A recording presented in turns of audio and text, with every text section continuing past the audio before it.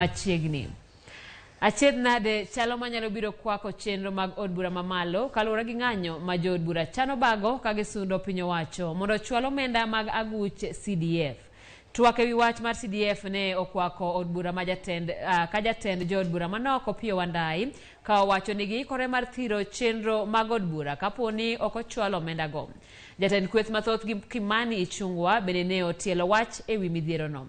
Achiedh nade ewi CDF ne ochakore tok doho ng'ado ni agulu no ochuogi e tok chik.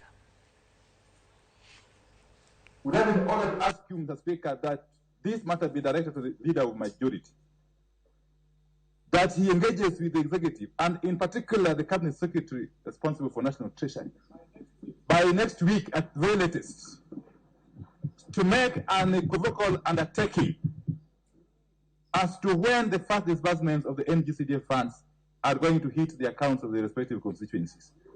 And may I also dare say, Mr. Speaker, and this is no empty threat, that failure to do that, I will be moving members of the House to refrain from any talk of recess, firstly, and secondly, to refrain from any engagement on any business.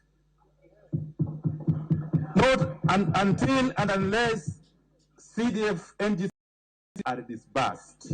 There's absolutely no reason why the National Treasury should not be disbursing our CDF, and I will indeed, as soon as, before even the House rises, I will engage with the Cabinet Secretary so that before we even consider breaking for recess, we have both NGCDF and GAF and all other monies, even those that pertain to our county governments, being disbursed to our county so that government may start functioning in earnest, including NGCDF and all the other affirmative funds.